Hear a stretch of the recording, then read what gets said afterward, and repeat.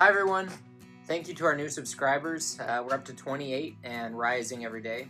I really appreciate you guys for your support and your dedication to helping those in need. Thank you also for tuning in last week where we talked about building your code. I hope that was able to get you thinking about your own moral code and about how it may have changed or is currently changing as you walk away from the church.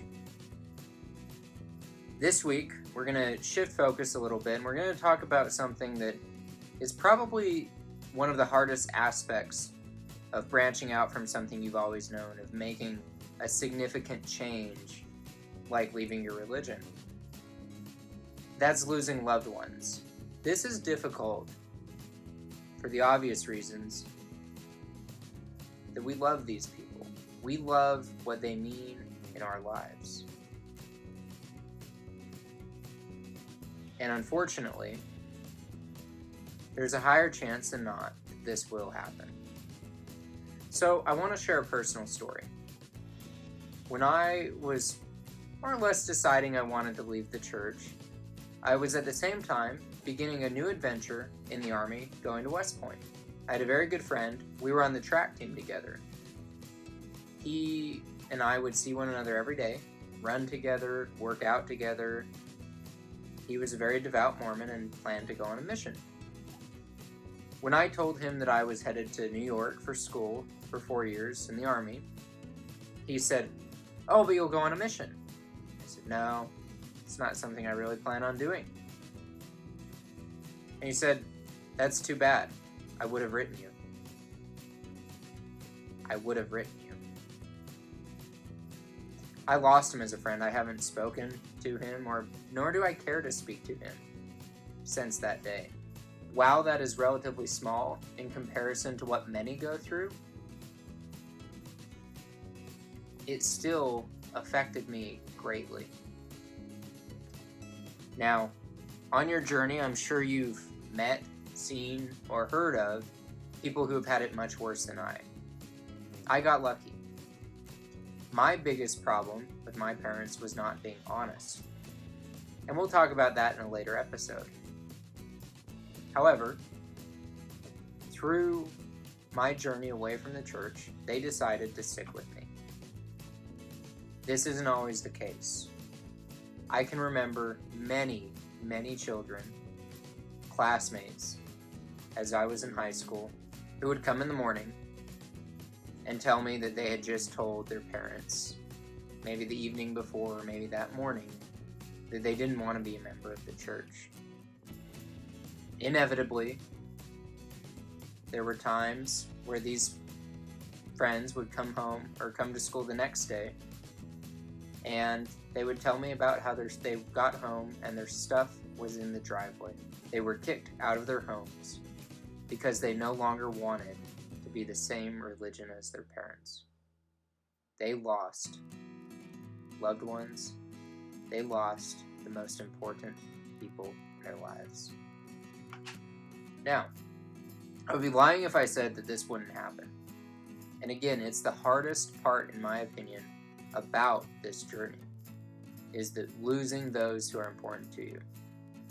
And I hope that you don't. I hope that you have a good support system, that you can refer back to, I think, the second episode where we spoke about building relationships and a support system. And I do think that will help, but it can't ever erase the fact that you've lost people that are important to you. So, how do you move forward?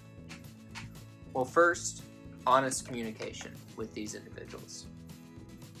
It truly takes honest, deep conversation about what you want and how you feel and where you intend to go with your life. Because for a lot of these individuals, it's fear. And later on, we'll talk about what it means to leave a cult and what it means for those who remain. But think for a minute. One of the fundamentals of many religions is that one needs to be a part of said religion in order to receive benefits in the afterlife. Therefore, to the people who remain in the religion, If you leave, you no longer will receive these benefits. In the Mormon Church particularly, you will no longer be a member. You will no longer live in heaven with them. And that's scary.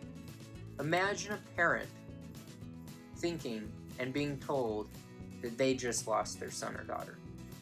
Is it right? No, absolutely not. Is it disgusting that people would kick someone out for something as petty and small as a religious belief system? Yes, it is. But it doesn't mean that it doesn't happen.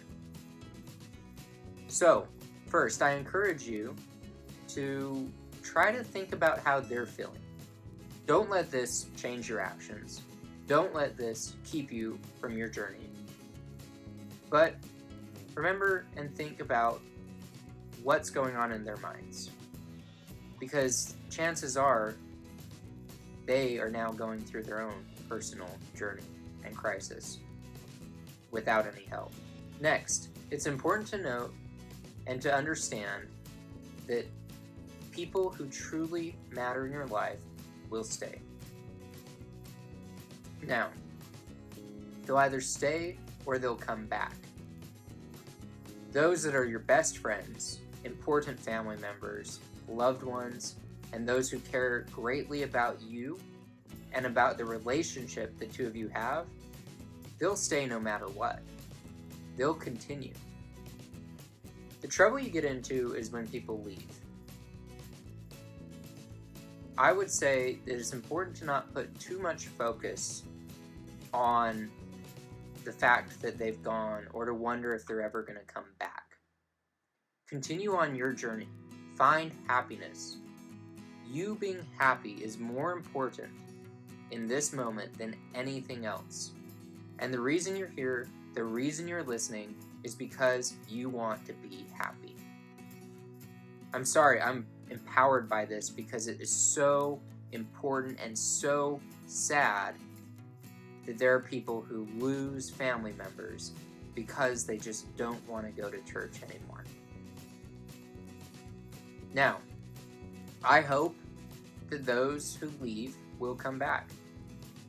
Maybe I'm an optimist here, but I think that when they see how happy you truly are, how successful, how glad you are to be living your life on your journey, and you have found happiness, it would take someone truly evil to not want to be back in your life.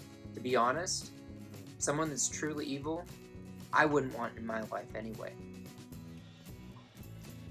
While it's difficult, while I can commiserate and empathize with what you're going through, every single journey is different.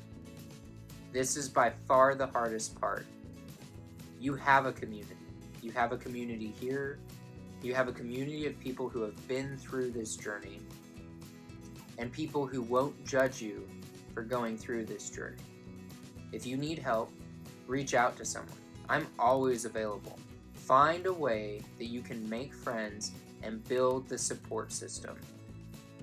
Building those relationships and understanding how you need to move forward to your happiness is more important than dwelling on the relationships that may or may not have ended, because those individuals are afraid of you finding happiness. That's all I have for this week. I know it's deep. I know it's hard. I know it's a lot to think about.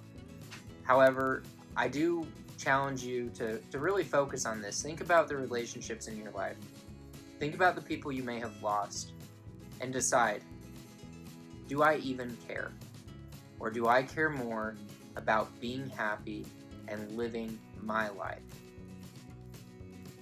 Tune in next week where we'll delve more into what it means to leave a cult. Thank you for tuning in. Subscribe below. Have a good day.